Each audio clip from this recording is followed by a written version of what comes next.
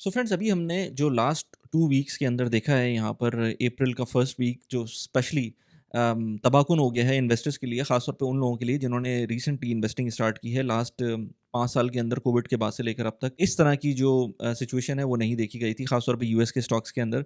और मैं सबको यही बोलता हूँ, क्योंकि मेरा चैनल पर्सनल फाइनेंस प्रोडक्टिविटी से रिलेटेड है, तो मैं कहता हूँ कि भाई डाइवर्सिफाइड रहना बहुत ही इंपॉर्टेंट चीज़ है। यहाँ पर इस वीडियो के अंदर मैं आपको एग्जैक्टली बताऊँगा कि डाइवर्सिफ़िकेशन का मुझे क्या फ़ायदा होता है? हर दफ़ा यानी कि अब सोचिए ना, मैं यूएई बेस्ड हूँ, एक्सपैट हूँ, मैं यहाँ पर इन्वेस्टमेंट्स करता हूँ। पाकिस्तान के अंदर भी जितनी भी इन्वेस्टमेंट की थी पाकिस्तान के अंदर वो मैंने कर दी हैं। पाकिस्तान के स्टॉक्स में कभी-कभी मैं और थोड़ा-सा चिप इन कर रहा होता हूँ। बट वहाँ पर जो इन्वेस्टमेंट्स ऑलरेडी हुई हुई हैं उनको मैं ना एक्सट्रैक्ट नहीं कर रहा, वो उनको मैं निकाल नहीं रहा। इसी तरह से यूएई के अंदर रहते हुए यूएई की स्टॉक मार्केट के अंदर भी इन्वेस्टमेंट होती है, रियल एस्टेट के अंदर भी इन्वेस्टमेंट्स होती हैं, और रियल एस्टेट की क्राउड फंडेड प्रॉपर्टीज़ के अंदर भी इन्वेस्टमेंट्स होती हैं। इसके अलावा ऑफ कोर्स फिक्स्ड डिपॉजिट्स के अंदर भी इन्वेस्टमेंट्स होती हैं, और यूएस के स्टॉक्स में भी इन्वेस्टमेंट होती है। अब यूएस के स्टॉक्स जो है ना बहुत ज़्यादा लोगों को फैसिनेट करते हैं, क्योंकि बड़ी-बड़ी कंपनीज़ के नाम होते हैं। इन बड़ी-बड़ी कंपनीज़ के बारे में थोड़ा-सा मैं बताऊँ कि अभी जो लास्ट इस 2025 के अंदर जो टेस्ला के स्टॉक्स हैं, ऑलमोस्ट 43% का ड्रॉ डाउन आया है उसके अंदर ईयर टू डेट। इसी तरह से माइक्रोसॉफ्ट में 16%, एप्पल का 27%, एनवीडिया में 27%, उसमें भी 27% का आया है। वीओओ जो ईटीएफ्स है, जो यूएस का एक ब्रॉड मार्केट ईटीएफ है, उसके अंदर 14% का डिस्काउंट कहूँगा मैं उसको। आई मीन लॉस हुआ है लोगों को ईयर टू डेट। वीटी जो कि टोटल मार्केट ईटीएफ है, उसके अंदर 11% का आपको एक नेगेटिव रिटर्न नज़र आएगा ईयर टू डेट। अब ये चीज़ शॉर्ट टर्म के अंदर आपको नज़र आती है, लेकिन लॉन्ग टर्म के अंदर हो सकता है ये कंपनीज़ इससे भी ज़्यादा प्रॉफिट्स ले लें। बल्कि आज मैं जब वीडियो बना रहा हूँ तो मार्केट थोड़ी सी बेहतर हो गई है। बट ये मैं आपको बता रहा हूँ ऑलमोस्ट 7th ऑफ अप्रैल की सिचुएशन, जब मार्केट के अंदर इस तरह के रिटर्न्स इन कंपनीज़ के अंदर मिल रहे हैं। अब कुछ चीज़ें, कुछ एसेट क्लासेस कुछ हर हर बंदे के लिए नहीं होती। अब स्टॉक्स जो हैं, मैं कितना भी आपको बता दूँ कि कितने अच्छे हैं, कितने नहीं हैं, लोग उसमें इन्वेस्टमेंट इसी वजह से नहीं करते हैं, क्योंकि आपको इतनी वॉलेटिलिटी नज़र आ सकती है किसी एक दिन कि आपके सारे के सारे इवन यूएस के अंदर तो कोई सर्किट ब्रेकर भी नहीं है ना, तो उसके अंदर अगर आपको कोई स्टॉक नीचे जा रहा है तो 15-20% नीचे जाना कोई मसला ही नहीं है किसी स्टॉक का। इसीलिए हर बंदे के बस की बात नहीं होती है, और इसीलिए मैं कहता हूँ कि आपको डाइवर्सिफ़ाइड रहना चाहिए। अब जब डाइवर्सिफ़िकेशन की बात करते हैं तो उसमें हर तरह के एसेट क्लासेस आती हैं, हर तरह। अच्छा, बाय द वे, इसके अंदर क्रिप्टो का भी यही हाल था। कोई एज़ सच क्रिप्टो के अंदर भी फ़ायदा नहीं हो रहा था लोगों को। सो डाइवर्सिफ़िकेशन के अंदर बात करते हैं तो बीइंग एन एक्सपर्ट, और इवन अगर आप बाहर भी रहते हैं, तो आपके पास एक बहुत अच्छा ऑप्शन अब आ गया है दुबई का। दुबई के अंदर आप, जैसे मैं बीइंग एन एक्सपर्ट यहाँ पर रहते हुए पाकिस्तान के अंदर, तो मैं क्योंकि पाकिस्तान से हूँ तो पाकिस्तान के अंदर तो इन्वेस्ट मैं करता ही हूँ, करता था। अब मैंने बहुत ज़्यादा इन्वेस्टमेंट नहीं की, लेकिन जो मैंने इन्वेस्टमेंट कर दी है उनको मैंने रिट्रीव नहीं किया या लिक्विडेट नहीं किया। But at the same time मैं अब जो नई इन्वेस्टमेंट्स करता हूँ उसके अंदर फिक्स डिपॉजिट भी हो सकते हैं, उसमें यूएस के स्टॉक्स भी हो सकते हैं, उसके अंदर यूएई के स्टॉक्स भी हो सकते हैं। अभी आप देख लें, यूएई की स्टॉक मार्केट ने थोड़ा बहुत जो हिट ली थी इसी सिचुएशन के अंदर, जो ट्रंप की सिचुएशन थी, इस पे मैंने 2 वीडियोज़ बनाई हैं बाय द वे, उनको भी आप जाके देख सकते हैं। तो जो सिचुएशन ली थी स्टॉक्स ने यूएई की है, वो वापस रिट्रीव हो रही हैं अब। जो चीज़ वॉलेटिलिटी में नहीं आती वो है रियल एस्टेट। अब रियल एस्टेट को हर बंदा चाह रहा होता है कि उसके अंदर इन्वेस्ट करे, लेकिन यूएई की रियल एस्टेट, दुबई की रियल एस्टेट इटसेल्फ काफ़ी ज़्यादा एक्सपेंसिव होती जा रही है। उसके लिए मैं पहले भी वीडियोज़ बना चुका हूँ, बात करता रहता हूँ क्राउड फंडेड प्रॉपर्टीज़ की। और क्राउड फंडेड प्रॉपर्टीज़ के अंदर एक बहुत बड़ा नाम है स्टेक का, जो कि यूएई बेस्ड एक बड़ी कंपनी है। मेरे ख्याल से सबसे बड़ी कंपनी है, अगर मैं कहूँ तो ये गलत नहीं होगा, जो कि आपको ये ऑप्शन देती है कि अगर आपको किसी प्रॉपर्टी के अंदर इन्वेस्ट करना है और आपके पास पूरे पैसे नहीं हैं और आप बैंक के पास नहीं जाना चाहते, तो आप ईज़िली, लेट्स से आपके पास 1 मिलियन दिरहम की कोई प्रॉपर्टी इनकी वेबसाइट पे नज़र आ रही है, आपको उसके अंदर इन्वेस्ट करना है, तो आप even as low as 2000 dirhams, 3000 दिरहम, 5000 दिरहम से भी स्टार्ट कर सकते हैं। ये तो स्टार्टिंग अमाउंट है। मैं ऐसे लोगों को भी जानता हूँ जो कि 3-3, 4-4 लाख, 5-5 लाख, और इवन कुछ लोगों ने तो गोल्डन वीज़ा भी स्टेक के थ्रू ही अप्लाई किया हुआ है। सो आपके पास ऑप्शन होता है कि आप मल्टीपल प्रॉपर्टीज़ के अंदर इन्वेस्ट कर सकते हैं, उनके अंदर एक्सपोज़र ले सकते हैं। तो उससे क्या होता है, अब देखिए मेरा प्रॉपर्टी जो मेरा यूएस का पोर्टफोलियो था, इस वक़्त कुछ नहीं तो 10 टू 15% डाउन, 15% डाउन गया था, लेकिन अब दोबारा वापस आके ऑलमोस्ट 10% के करीब नेगेटिव में है इस वक़्त ओवरऑल। क्योंकि मैं डॉलर कॉस्ट एवरेज कर रहा होता हूँ, तो वो शुरू के जो कुछ मैंने इन्वेस्टमेंट की हुई हैं, वो तो बहुत ही अच्छी हैं, वो तो इतनी ज़्यादा अच्छी हैं कि उन्होंने ओवरऑल मुझको बचा लिया है। इनफैक्ट मैं ये कहूँगा कि अगर मैं ओवरऑल देखूँ तो 10%, 20% के करीब का रिटर्न आ रहा है। लेकिन जो अगर ईयर टू डेट देखें तो उसके अंदर थोड़ा-सा नेगेटिव 10% के करीब है। तो ओवरऑल फिर भी सही है। बट बहुत सारे ऐसे लोग हैं जो गलत तरीके से इन्वेस्ट करते हैं, गलत चीज़ों में इन्वेस्ट करते हैं, गलत चीज़ें और सही चीज़ों में भी इन्वेस्ट करें तो गलत तरीके से इन्वेस्ट करते हैं।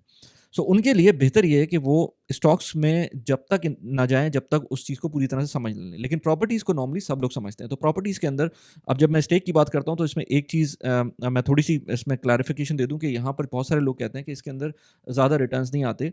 अब तो ज़ाहिर-सी बात है, आपको जो एक रेगुलर रिटर्न्स होते हैं ना, जो अच्छे रिटर्न्स कहलाते हैं, वो आपको मिलते हैं लेट्स से 7, 8, 9%। इससे ज़्यादा मैं रिटर्न एक्सपेक्ट भी नहीं करता पैसिव इनकम के अंदर, और ये स्टेक तो बिल्कुल ही पैसिव इनकम है, क्योंकि जो क्राउड फंडेड प्रॉपर्टीज़ होती हैं, इसके अंदर जो भी आप कभी प्रॉपर्टीज़ को आप दे रहे होते हैं रेंट के ऊपर, तो आपकी पूरी प्रॉपर्टी मैनेजमेंट टीम होती है पीछे। उसके अंदर जो उसकी मेकअप प्रॉपर्टी का होता है वो करना होता है। जो भी चीज़ें होती हैं उसके अंदर आप, और फिर एजेंसी की फ़ीस होती है, सारी चीज़ें होती हैं, तो उसके अंदर वो जब कंबाइंड होती है, तो मेरे पास अभी एक लास्ट प्रॉपर्टी जब सेल आउट हुई थी मेरी, एग्ज़िट हुआ था, तो उसके अंदर 9% का रिटर्न मिला था। उस पे मैंने अलग से वीडियो बनाई है। So I am expecting somewhere between 8 to 10% of return, which is a very good return in case मैं स्टेक के थ्रू ले रहा होता हूँ। अच्छा, इस रिटर्न के अंदर 2 कंपोनेंट्स हैं, एक रेंटल का कंपोनेंट है और एक प्राइस एप्रिसिएशन का कंपोनेंट है। प्राइस एप्रिसिएशन का कंपोनेंट को हम ये वेरिएबल होता है, ज़ाहिर-सी बात है, हर प्रॉपर्टी के ऊपर अपना होता है, लेकिन मैंने ये देखा है कि जब स्टेक एग्ज़िट करने की कोशिश करता है, तो इसमें ट्राई करता है कि अच्छे रिटर्न्स ले सके, क्योंकि उनका अपना भी उसके अंदर एक्सपोज़र होता है। अगर बात करें रेंटल की, तो रेंटल के रिटर्न जो मैं देखता हूँ वो 4% के करीब आते हैं। तो मेरा प्रॉपर्टी पोर्टफोलियो आपको यहाँ पर ऐप के अंदर नज़र भी आ रहा होगा कि तकरीबन 4 टू 4.5% के करीब के रेंटल रिटर्न्स हैं। अच्छा, एक और चीज़, अभी स्टेक ने रिसेंटली सऊदी के अंदर भी एंट्री की है, और सऊदी में, और बाय द वे स्टेक की मैं जो बात जिन भी प्लेटफ़ॉर्म्स की यहाँ पर बात करता हूँ इस चैनल के ऊपर, वो सारे के सारे रेगुलेटेड प्लेटफ़ॉर्म्स होते हैं। तो स्टेक भी रेगुलेटेड प्लेटफ़ॉर्म है, जो कि डीएफएस से रेगुलेटेड है। और जो सऊदी की मैं बात कर रहा हूँ, तो सऊदी में कैपिटल मार्केट अथॉरिटी है, सीएमए, उसके थ्रू रेगुलेटेड है। सऊदी में ये फंड्स के थ्रू जो आपकी इन्वेस्टमेंट्स होती हैं, मैंने ऑलमोस्ट 21,000 रियाल्स की इन्वेस्टमेंट की थी, और उसके ऊपर अलग से मैंने वीडियो बनाई थी कि कितने चार्जेस लगे थे मैंने यूएई से पैसे ट्रांसफ़र करने में। और मेरे ख्याल से जो सऊदी से जो मुझे लोग देखते हैं, उनके लिए बहुत बेहतरीन इन्वेस्टमेंट अपॉर्चुनिटी होती है जब स्टेक फंड लेकर आता है। अभी स्टेक का फंड मैं नहीं देख रहा, मुझे नहीं नज़र आया कि स्टेक का फंड इस वक्त है।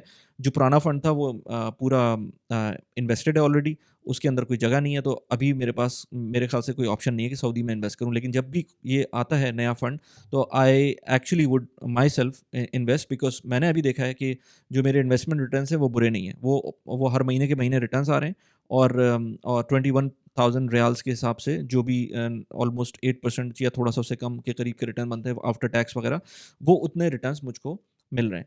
सो स्टेक के पास यहाँ का भी ऑप्शन है। सो स्टेक इज़ मेरे ख्याल से, क्योंकि एक बड़ी कंपनी बन गई है जो कि 300 प्लस प्रॉपर्टीज़ को मैनेज कर रही है, it's a huge portfolio to handle. इसके अंदर जो आपका डीएलडी के सर्टिफिकेट्स होते हैं वो भी आपको मिलते हैं, आपकी प्रॉपर्टी का नाम उसमें नज़र आएगा लिखा हुआ, आपकी जो एसपीवी क्रिएट हुआ होगा उसका नाम नज़र आएगा, और उस एसपीवी को आप डीआईएफसी के पब्लिक रजिस्टर के ऊपर भी देख सकते हैं। उस पब्लिक रजिस्टर के अंदर आपको अपना नाम भी नज़र आएगा। So this is completely regulated. I am really happy, or I am really let's say rest assured, क्योंकि इनकी प्रॉपर्टीज इंश्योर्ड भी होती हैं। दैट इज़ अनदर पॉइंट, क्योंकि फ्लड्स आ जाते हैं, फायर के इश्यूज आ जाते हैं, या कुछ भी आ जाता है, तो आपको पता होता है कि आपने जो अपार्टमेंट लिया, क्योंकि नॉर्मली क्या होता है, जब आप खुद से अपार्टमेंट लेते हैं या अपनी कोई बिल्डिंग लेते हैं या अपना कोई विला लेते हैं, तो उसको रेगुलेट, मैंने देखा है लोग नॉर्मली इंश्योर्ड नहीं करवाते। अगर तो मॉर्गेज पे जा रहे होते हैं तो वो उनको फिर करवाना ही पड़ता है, लेकिन अदरवाइज़ अगर आपकी अपनी प्रॉपर्टी है तो नॉर्मली लोग उसको इंश्योर नहीं करवाते। जबकि स्टेक का काम ये मैंने देखा है कि जितनी भी लीगल मैटर्स हैं उनको कवर करके वो काम करते हैं, क्योंकि बहुत सारे इन्वेस्टर्स उसके अंदर शामिल होते हैं। स्टेक के अंदर बाय द वे अगर आपको इन्वेस्ट करना है तो मेरा रेफरल कोड नीचे आपको नज़र आ रहा होगा। 150 दिरहम्स का रेफरल बोनस मिल सकता है अगर आप 2000 एंड मोर दिरहम्स की इन्वेस्टमेंट करते हैं थ्रू माय रेफरल कोड, जो कि नीचे आपको नज़र आ रहा है। So overall I am happy, क्योंकि अब जब पोर्टफोलियोज़ के अंदर आपको फ्लक्चुएशन नज़र आती हैं, जिस तरह से ग्राफ्स ऊपर नीचे जा रहे होते हैं, उस पॉइंट पर जो लोग इस चीज़ को हैंडल नहीं कर सकते, उनके लिए और मेरे लिए भी, जिसको पता है कि यार मेरा एक फिक्स पोर्टफोलियो बहुत अच्छा बना हुआ है, जो कि मुझको एक रेंटल रिटर्न भी दे रहा है और मुझको एक कैपिटल एप्रिसिएशन का चांस भी मिल रहा है। मैं ऐसे डिस्कॉर्ड चैनल के ऊपर हम लोग बात कर रहे थे, तो कुछ लोग मुझे ऐसे मिले जिन्होंने 5-5 लाख 6-6 लाख दिरहम्स स्टेक के थ्रू इन्वेस्ट किए हुए हैं। हमारा एक WhatsApp, by the way WhatsApp community भी है जो कि पेड है, $13 पर मंथ के उसके चार्जेस हैं। अगर उसमें आपको सब्सक्राइब करना है तो वो भी कर सकते हैं, और डिस्कॉर्ड चैनल तो फ्री है, उसके अंदर आप जाकर लोगों से इंटरेक्ट कर सकते हैं। 600 के करीब प्लस लोग उसमें अब तक आ चुके हैं डिस्कॉर्ड चैनल के ऊपर। उसमें डिफरेंट चैनल्स हैं, उसमें ये बात भी हम कर रहे होते हैं कि लोग अपने जो एक्सपीरियंसेस हैं वो बता रहे होते हैं स्टेक के बारे में, तो वो आप बड़ा एक अच्छी कम्युनिटी बन गई है, उसके अंदर बहुत क्वेश्चंस भी लोग कर रहे होते हैं। सो उसमें भी मुझे एश्योरेंस मिलती है कि काफ़ी लोगों को इससे फ़ायदा हुआ है। मैं इसके ऊपर ऑलमोस्ट कोई ढाई 3 साल से वीडियोज़ बना रहा हूँ स्टेक के ऊपर, और डिफरेंट जो यूएई के प्लेटफ़ॉर्म्स होते हैं, and I my self invest in these platforms. एक चीज़ मैं और बता दूँ कि स्टेक या इस तरह के जो प्लेटफ़ॉर्म्स होते हैं, उसके अंदर जब भी आप इन्वेस्ट करते हैं तो ये लॉन्ग टर्म के लिए इन्वेस्टमेंट होती है। मैं एटलीस्ट 5 साल के लिए इन्वेस्ट करता हूँ। इसके अंदर अभी मैं इनफैक्ट ऐप देख रहा था, तो 300 नहीं 380 के करीब प्रॉपर्टीज़ इन्होंने अब तक अपनी पोर्टफ़ोलियो के अंदर इंक्लूड कर ली हैं। एक और इसके अंदर ऑप्शन होता है जो कि मैं वेट कर रहा हूँ कि जब भी आएगा तो मैं उसके अंदर जाऊँगा, क्योंकि वो होता है, लेट्स से कुछ लोगों को 5 साल का वेट नहीं करना होता, कुछ लोगों को 1-2 साल के अंदर मैक्सिमम अपना रिटर्न चाहिए होता है। तो उसमें फिक्स एंड फ्लिप का एक ऑप्शन आता है, जब आप जब स्टेक कोई प्रॉपर्टी एक्वायर करता है और उसको फिक्स करने के बाद उसको फ्लिप करने की बात करता है, और उसके अंदर आपको एक रिटर्न मिल रहा होता है। सो अभी मैं देख रहा था उस ऐप के अंदर, तो अभी कोई मुझे ऑप्शन नज़र नहीं आया। अगर इस तरह का कोई ऑप्शन आता है तो वो भी बहुत अच्छा है। इससे पहले बुरहान आए थे पॉडकास्ट के ऊपर स्टेक की तरफ से, तो जब उनसे मैंने बात की थी तो मुझे समझ में आया था कि फिक्स एंड फ्लिप क्या चीज़ है, और मुझे I I really like the idea. तो जब वो आएगा तो definitely I would make another video. अगर मैं करता हूँ उसके अंदर, इनफैक्ट मैं चाहूँगा कि मैं उस वीडियो के अंदर उस प्रॉपर्टी के अंदर जाऊँ और खुद से देखूँ कि क्या-क्या हो रहा है, क्योंकि उसमें मुझे लर्निंग मिलेगी कि जब इस तरह की प्रॉपर्टी एक्वायर करने के बाद आप क्या-क्या उसके अंदर अपग्रेड करते हैं और किस तरह से उसको दोबारा से रेंट पे देते हैं। अ, बहुत सारे लोग जब वीडियो देखते हैं तो कहते हैं कि यार इससे बेहतर ये है कि आप खुद ही इन्वेस्टमेंट कर लें प्रॉपर्टीज़ के अंदर, तो बिल्कुल सही बात है। I agree to this. अगर आपको खुद से इन्वेस्ट करना है तो इससे अच्छी बात नहीं होगी, लेकिन जब भी आप अपनी इन्वेस्टमेंट्स को खुद से करना शुरू करते हैं, ज़्यादा इन्वॉल्व होना शुरू करते हैं, तो उसके अंदर आपकी एक्टिव लेट्स से आपकी जो एक्टिविटी है एक्टिव होने की, वो बढ़ जाती है। पैसिव जो कंपोनेंट है वो कम होता जाता है। अभी स्टेक के अंदर जो भी इन्वेस्टमेंट हो रही है वो मैं बिल्कुल पैसिवली कर रहा होता हूँ। मुझे जैसे मेरी पाकिस्तान की प्रॉपर्टीज़ हैं, अगर उसमें रेंटल में कोई प्रॉब्लम होता है तो मुझे अपने प्रॉपर्टी मैनेजर को फिर भी बात-वात करनी पड़ती है। वरना और उन उन ऑफ कोर्स प्रॉपर्टी मैनेजर की अपनी फ़ी होती है। लेकिन जो अगर स्टेक के थ्रू आप कर रहे होते हैं तो मुझे किसी तरह की फ़िक्र नहीं होती कि कौन टेनेंट है, कौन नहीं है, कब आ रहा है, कब जा रहा है, कोई प्रॉब्लम होगी अपार्टमेंट में, अगर कोई मेजर प्रॉब्लम आती भी है या कोई टेनेंट को एविक्ट करना पड़ता है, तो उसके अंदर हमें ईमेल आ जाती है और हमें पता चल जाता है। So these kind of things are not possible अगर आप अपनी कोई छोटी 1-2 प्रॉपर्टीज़ का पोर्टफोलियो लेके चल रहे हैं खुद से। क्योंकि उसके अंदर आप प्रॉपर्टी मैनेजर हायर करने के अंदर आपको एक्सपेंसेस आ रहे होते हैं। सो पैसिव पॉइंट ऑफ व्यू से मेरे ख्याल से स्टेक ज़्यादा बेहतर है। लेकिन अगर आप वैसे देखें तो आप अपनी प्रॉपर्टी लेके आप खुद उसको उस पे इन्वेस्ट कर सकते हैं। इफ़ अगेन इसके अंदर इतनी लेवल के ऊपर के 5,000 दिरहम, 10,000 दिरहम के ऊपर तो आप कोई प्रॉपर्टी नहीं ले सकते ना, तो ये भी एक पॉइंट होता है कि आप अगर एक्सपोज़र लेना है किसी भी चीज़ का तो उसके अंदर आप जा सकें। बट अगेन हमेशा मैं कहता हूँ लॉन्ग टर्म का सोचें, शॉर्ट टर्म के लिए नहीं है। इसके अंदर एग्ज़िट विंडोज़ भी आती हैं, लेकिन I don't suggest to anyone कि आप एग्ज़िट विंडो के पास पहुँचें, क्योंकि एग्ज़िट विंडो का मतलब ये होता है कि आप फिर उसके अंदर कोई कोई आपके पास कोई ऐसी प्रॉब्लम आ गई जिसकी वज़ह से आपको लिक्विडेशन चाहिए। आप उस पॉइंट पे ही ना पहुँचे, जो पैसे आप इन्वेस्ट कर रहे हैं वो उस पॉइंट ऑफ व्यू से इन्वेस्ट करें कि आपको अगले 5 साल तक वो नहीं रिकवर करने। तब जाकर आपको एक्चुअल में सही रिटर्न मिलेगा। अर्ली रिटर्न हो जाता है, अर्ली एग्ज़िट स्टेक खुद कर देता है तो वेल एंड गुड। अदरवाइज़ बेहतर ये है कि आप वेट कर लें। मैं इस तरह की मल्टीपल वीडियोज़ बनाता रहता हूँ। अभी मैंने बताया था कि जो रिसेशन आने की बात हो रही है, इसके ऊपर मैंने एक अलग से वीडियो बनाई थी।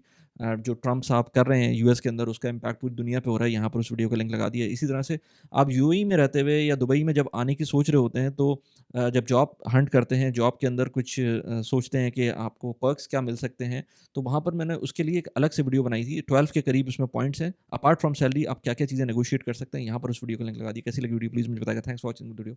Bye bye.